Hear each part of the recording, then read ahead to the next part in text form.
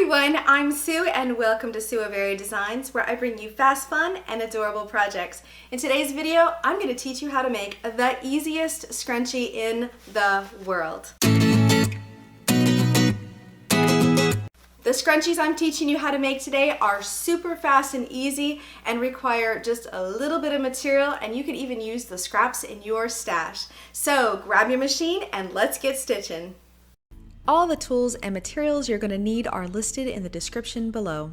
To make your scrunchie, you're going to need one piece of fabric that is 4 inches wide and 22 inches long, and an 8-inch piece of elastic. On one of the short edges of your long piece of fabric, you're going to fold it in toward the wrong side about an inch, and then you're going to go ahead and press it nice and flat. Now take that nice long strip and you're going to fold right sides together and begin with the folded edge and pin the 2 raw edges together in place.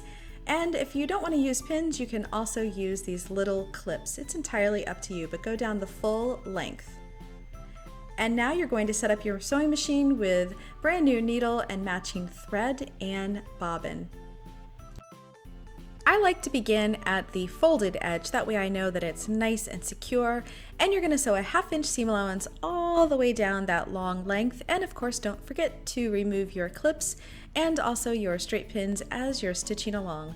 Something cool about those clips is that you pretty much don't even need to stop sewing, you can just kind of pop them right off. Backstitch at the end and cut your threads, and now it's time to do a little bit of turning. And now it's time to turn your tube right side out, and there are lots of different ways to do this, but my preferred method is to use the easy point and turner.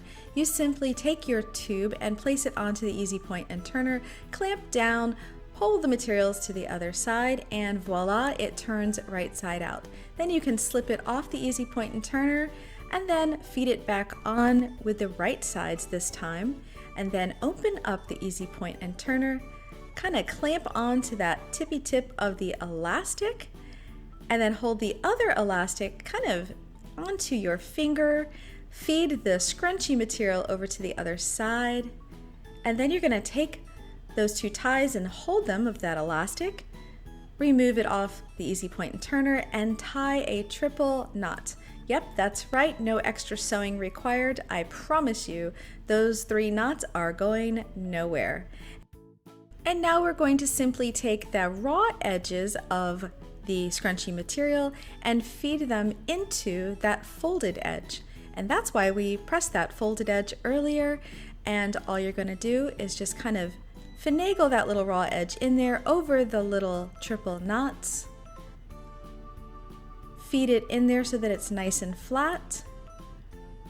And you want the raw edges to be inside the folded area at least a 1/2 inch to an inch, somewhere in there. And then you're going to put a straight pin through all the layers, and we're just going to do a little top stitch on our machine now to secure that in place. And as you're top stitching, you are technically going to be top stitching through the elastic as well, which will help secure everything in place.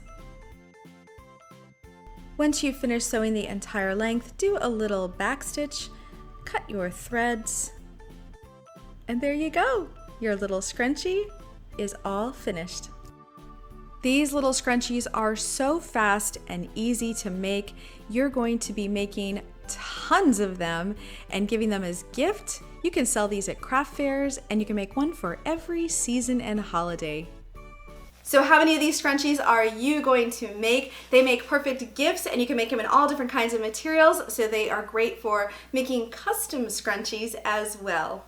And if you like this video, do me a favor and give me a great big thumbs up. Don't forget to subscribe to my YouTube channel. Of course, you can join my weekly newsletter, follow me on Instagram, and best of all, come have fun with us over at my Facebook fan club. You can find everything in the description below. And until I see you next time, I hope you have a creative day. Bye-bye! If you haven't already, be sure to subscribe below. And don't forget, you can also follow me on Instagram, Pinterest, and Facebook. Have a creative day. Bye-bye!